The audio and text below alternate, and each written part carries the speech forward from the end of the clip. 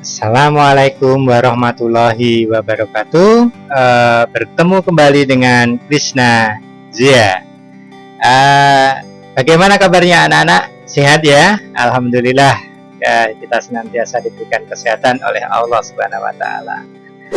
Baik, pada pagi hari ini kita akan mempelajari tema 2, selalu berhemat energi. Materi pelajaran bahasa Indonesia kelas 4. Pada kesempatan ini kita akan membahas tentang cara meringkas bacaan, ya. Di dalam meringkas ini biasanya disajikan sebuah paragraf atau bacaan, kemudian kita menulisnya kembali dengan bahasa kita. Tapi kita akan mempelajari dulu tentang definisi ringkasan itu apa, atau ringkasan itu. Ringkasan adalah suatu cara yang efektif untuk menyajikan teks yang panjang dalam bentuk bacaan yang pendek tetapi lengkap, dan tentunya tidak mengubah isi dari teks aslinya. Jadi kita tidak boleh mengubah isi dari teks yang ditulis oleh penulis. Disajikan dalam bacaan yang lebih pendek dan dengan tujuan apa? Agar lebih mudah dipahami. Baik, bagaimana cara meringkas itu? Langkah-langkah dalam membuat ringkasan antara lain: 1. Membaca teks aslinya. Ya, kita disarankan untuk membaca teks asli, karena dengan membaca ini kita bisa mengetahui apa dari isi bacaan tersebut. Kita juga harus membaca secara cermat untuk mencari topik-topik yang penting, masalah-masalah yang penting yang disampaikan oleh penulisnya. Jadi kita harus membaca, kalau tidak baca sekali belum paham, ya baca 2 kali, baca 3 kali untuk mencari hal-hal informasi penting yang ingin disampaikan oleh penulisnya. Baik, yang kedua yaitu menentukan gagasan pokoknya. Kemarin sudah kita bahas ya tentang bagaimana cara mencari gagasan pokok itu ya. Bagaimana, masih ingat? Oke, ya betul. Dengan melihat kalimat keduanya, apakah ada pengulangan atau repetisi, ada kata tunjuk, kemudian adakah kata ganti orangnya. Kemudian ketika gagasan utama, kalimat utama berada di akhir, apakah kalimat terakhir itu berupa kesimpulan yang dijadikan dengan kalimat kesimpulan, disimpulkan oleh karena itu, oleh sebab itu, dengan demikian, dan lain sebagainya. Yang ketiga adalah menulis ringkasan, menulis kembali ringkasan yang kita dapat dari gagasan pokok tadi, kita susun menjadi paragraf yang baru, dan tentunya dengan kalimat yang baru pula. Jadi kita boleh diizinkan untuk mengubah bentuk kalimat-kalimat yang ada di teks asli dengan bahasa kita sendiri. Tetapi tentunya tidak boleh mengubah isinya. Boleh mengubah kalimat-kalimatnya dengan kata-kata yang baru, dengan istilah-istilah yang kita kehendaki, tetapi tidak mengubah isi teks aslinya. Baik, itu ya, ada 3 langkah yang dapat kita lakukan di dalam membuat ringkasan. Dan yang paling penting adalah mengambil hal-hal yang paling penting, istilahnya menjadi pokok pembicaraan. Terkadang tidak hadir di gagasan pokok, ada di kalimat pendukung pun dibolehkan untuk dituliskan ketika bisa mewakili, bisa lebih memperjelas ringkasan tersebut. Baik, kita lanjutkan. Kita akan mempelajari bagaimana praktek di dalam membuat sebuah ringkasan. Ini ada di buku paket kalian halaman 15. Nanti boleh kalian buka bukunya kalau dikehendaki. Ini tentang energi angin ya, di dalam buku paket kalian. Yang pertama kita baca terlebih dahulu. Belanda merupakan salah satu negara yang terletak di benua Eropa. Belanda memiliki wilayah daratan dengan ketinggian yang sama dengan permukaan laut. Bahkan beberapa wilayah berada di bawah permukaan air laut.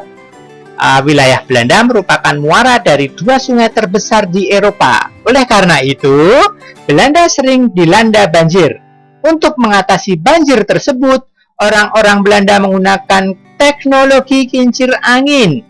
Kincir angin digunakan untuk memompa air yang menggenangi daratan untuk disalurkan ke kanal menuju bendungan penampungan air. Baik, langkah kedua adalah mencari kalimat utama.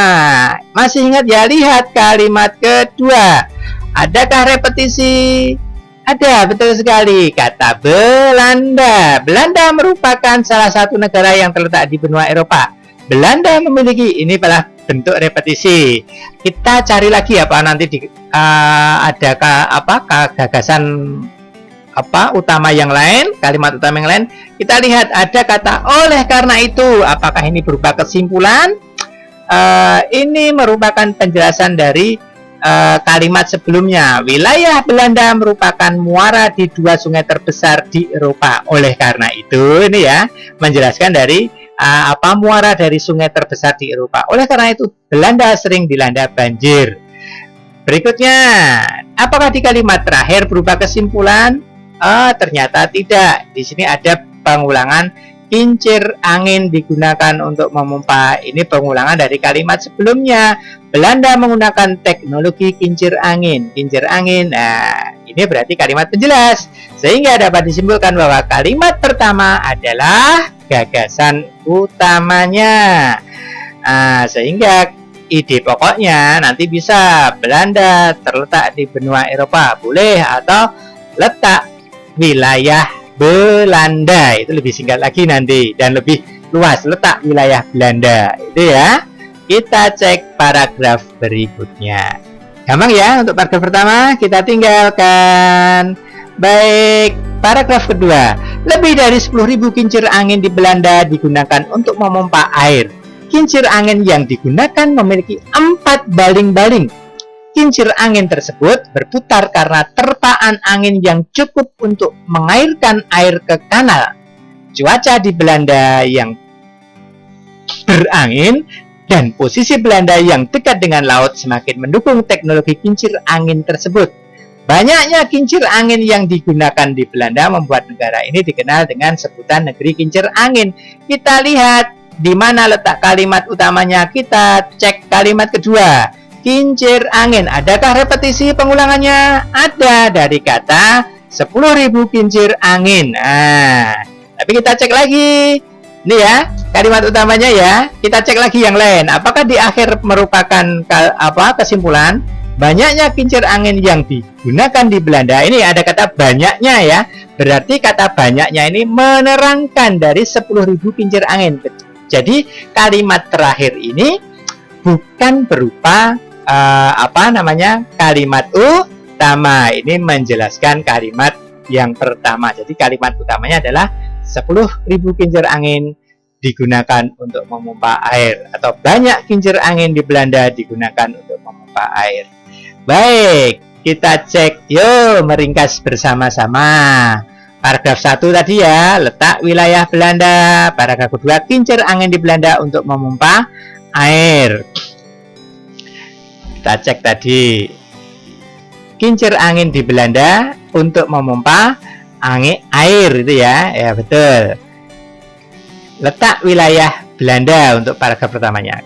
Gagasan gagasan pokok tadi kita susun menjadi kalimat yang padu dengan cara menambahkan atau mengurangi kalimat yang ada, tetapi tidak boleh menghilangkan isi dari teks aslinya. Kita susun, wilayah Belanda berada di benua Eropa. Tadi disampaikan ya, wilayahnya sering kebanjiran karena berada di bawah permukaan laut. Ini Pak Kusna mengambilkan dari beberapa dari gagasan pendukung biar nanti bisa lebih nyambung lagi gitu ya. Banyak kincir angin dibuat untuk mengatasinya. Ini ya. Tadi kan wilayah Belanda berada di benua Eropa. Ini letak wilayahnya. Wilayahnya sering kebanjiran. Tadi ini dijelaskan di paragraf pertama ya. Karena berada di permukaan di bawah permukaan air laut. Banyak kincir angin dibuat untuk mengatasinya. Berapa tadi? 10.000 gitu ya. Kincir angin digunakan untuk memompa air. Banyaknya kincir angin membuat Belanda disebut sebagai negeri kincir. Ini diambilkan dari gagasan pendukung yang terakhir tadi. Intinya, kenapa kok boleh menambahkan biar nanti bacaan ini menjadi lebih padu atau lebih istilahnya enak ketika kita membacanya. Ini ya, contoh hasil ringkasan paragraf 1 dan paragraf 2. Baik, kita belajar lagi. Ini tentang energi angin. Ada di buku paket halaman 16 dan 17. Kita cermati, membaca ya. Sumber energi yang selama ini banyak digunakan adalah jenis energi yang tidak dapat diperbarui. Sumber energi ini akan habis dan manusia harus beralih ke sumber energi lain yang sifatnya dapat diperbarui. Sumber energi angin merupakan salah satu contoh sumber energi yang dapat diperbarui dan memiliki potensi yang besar. Energi angin banyak digunakan sebagai pembangkit listrik yang kemudian disingkat menjadi PLTB, pembangkit listrik tenaga bayu. Kita cermati mana kalimat utamanya. Kalimat kedua kita lihat. Sumber energi ini, nah ini ya, sumber energi berarti ada repetisi pengulangan. Kemungkinan kalimat pertama adalah kalimat utama. Tapi lihat kalimat terakhirnya, energi angin banyak digunakan sebagai pembangkit listrik yang kemudian disingkat menjadi PLTB, ya. Apakah ini mendukung kalimat yang pertama? Kita cermati. Yang pertama ini membicarakan tentang energi yang tidak dapat diperbarui. Kok langsung larinya di kalimat ketiga, sumber energi angin merupakan salah satu contoh sumber energi yang dapat diperbarui, memiliki potensi yang besar. Ini merupakan bentuk paragraf yang tidak padu. Jadi ini tak beri warna ungu mulai dari kalimat yang ketiga ini menjadi tidak padu. Tetapi sebenarnya kalimat ketiga ini menjelaskan dari kalimat yang kedua. Dilihat dari sumber energi ini akan habis dan manusia harus beralih ke sumber energi lain yang sifatnya dapat diperbarui. Ini menjelaskan di sini, tetapi tidak menjelaskan dari kalimat pertama, sehingga nanti kalimat ini menjadi kalimat paragraf yang tidak padu. Tapi tidak apa-apa, kita ambil saja nanti kalimat utamanya tetap yang kalimat yang pertama. Terus bagaimana caranya agar nanti menjadi padu dengan paragraf berikutnya? Ada nanti caranya. Yuk, kita lihat ya, paragraf kedua. Pemanfaatan energi angin ini menggunakan kincir angin yang dihubungkan menggunakan turbin ataupun generator. Setelah itu, proses yang dilakukan akan menghasilkan tenaga listrik yang dapat dimanfaatkan sebagai sumber energi. Sesuai dengan namanya, energi angin memanfaatkan kekuatan dan tenaga angin untuk menggerakkan sesuatu. Kita cek kalimat utama di mana. Lihat kalimat kedua. Setelah itu ada kata tunjuk itu. Berarti menjelaskan kalimat yang pertama. Tapi apakah kita cek lagi kalimat pertama apakah kalimat utama? Kita cek pemanfaatan energi angin ini. Ada kata tunjuk lagi kata ini. Kalau terjadi seperti ini biasanya ini bukan kalimat utama karena ini merupakan bentuk penjelas. Pemanfaatan energi angin ini menjelaskan ya, menjelaskan dari energi angin. Kita lihat mana kalimat utamanya. Oh, ternyata berada di akhir sesuai dengan namanya. Nah, ini kira-kira kalau dengan kalimat nada seperti ini berupa kesimpulan. Oleh karena itu, bisa juga dengan demikian, oleh sebab itu, sesuai dengan namanya, energi angin memanfaatkan kekuatan dan tenaga angin untuk menggerakkan sesuatu.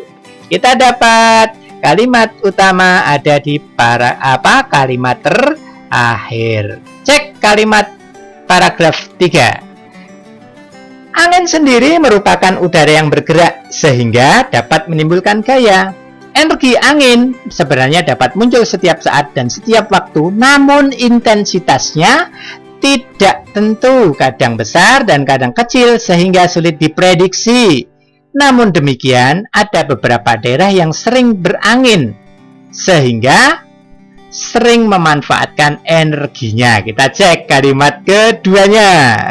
Energi angin terjadi bentuk pengelolaan ya, angin sendiri diperjelas dengan kata energi angin.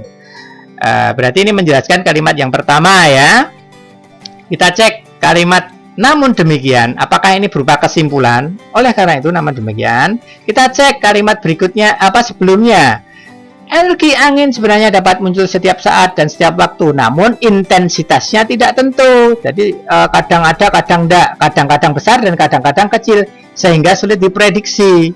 Ini dijelaskan di sini dengan kata namun demikian. Ada beberapa daerah yang sering berangin, jadi anginnya banyak, sehingga sering memanfaatkan energinya. Jadi kalimat terakhir ini merupakan bentuk penjelasan dari kalimat sebelumnya. Jadi ini bukan kalimat utama. Sehingga kita sudah dapatkan kalimat utama ada di kalimat awal itu ya. Oke, kita rangkum sekarang, kita susun. Ringkasannya ya, gagasan pokok yang pertama, sumber energi tidak dapat diperbarui. Tadi hampir tidak nyambung toh dengan kalimat yang bawahnya tadi ya. Sumber energi tidak dapat diperbarui kok yang bawahnya membicarakan tentang angin yang dapat diperbarui. Jadi ini bertolak belakang. Sebaiknya itu kalau mau dibuat menjadi paragraf padu, dipisah paragraf itu menjadi dua bagian paragraf. Paragraf yang pertama membicarakan tentang energi yang tidak dapat diperbarui, kemudian paragraf kedua membicarakan tentang energi angin yang merupakan bentuk energi yang dapat diperbarui seharusnya. Tetapi nanti kita jadikan satu dengan bahasa kita dengan kalimat yang baru. Kemudian yang kedua, gagasan pokoknya energi angin memanfaatkan kekuatan dan tenaga angin untuk menggerakkan sesuatu. Ini gagasan pokok paragraf kedua. Energi angin memanfaatkan angin untuk menggerakkan sesuatu itu ya. Yang ketiga, angin merupakan udara bergerak sehingga dapat menimbulkan gaya. Kalau lebih singkatnya, angin menimbulkan gaya, itu ya aja. Nanti untuk gagasan pokoknya. Kemudian kita gabung menjadi satu dengan bahasa kita, dengan kalimat kita. Sumber energi yang tidak dapat diperbarui akan habis. Tadi di awal disampaikan ya, karena banyak digunakan akan habis. Kemudian kita sambung, kita mengutip dari gagasan pendukung kalimat ketiga tadi ya, yang untuk menjelaskan kalimat kedua. Sumber energi angin memiliki potensi yang besar sebagai penggantinya. Nah, ini kita berusaha untuk memadukan ini ya. Sumber energi yang tidak dapat diperbarui akan habis. Sumber energi yang tidak dapat akan habis. Kemudian kita padukan, sumber energi angin memiliki potensi yang besar sebagai penggantinya, atau bisa diubah, penggantinya salah satunya adalah energi angin, itu juga bisa, yang berwarna ungu ini ya. Penggantinya salah satunya adalah energi angin. Nah, ini jadi nanti paragrafnya akan padu. Energi tidak dapat diperbarui akan habis digantikan oleh energi angin. Ini ya. Berarti berupa penjelasan. Energi angin memanfaatkan kekuatan dan tenaga angin untuk menggerakkan sesuatu. Angin merupakan udara bergerak sehingga dapat menimbulkan gaya. Oke, itu ya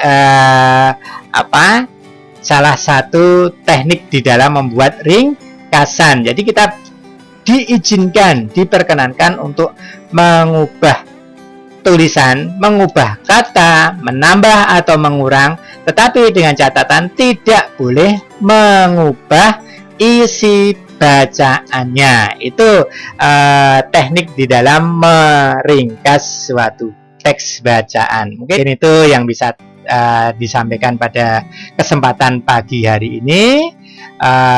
Kurang lebihnya mohon maaf. Semoga bermanfaat. Assalamualaikum warahmatullahi wabarakatuh.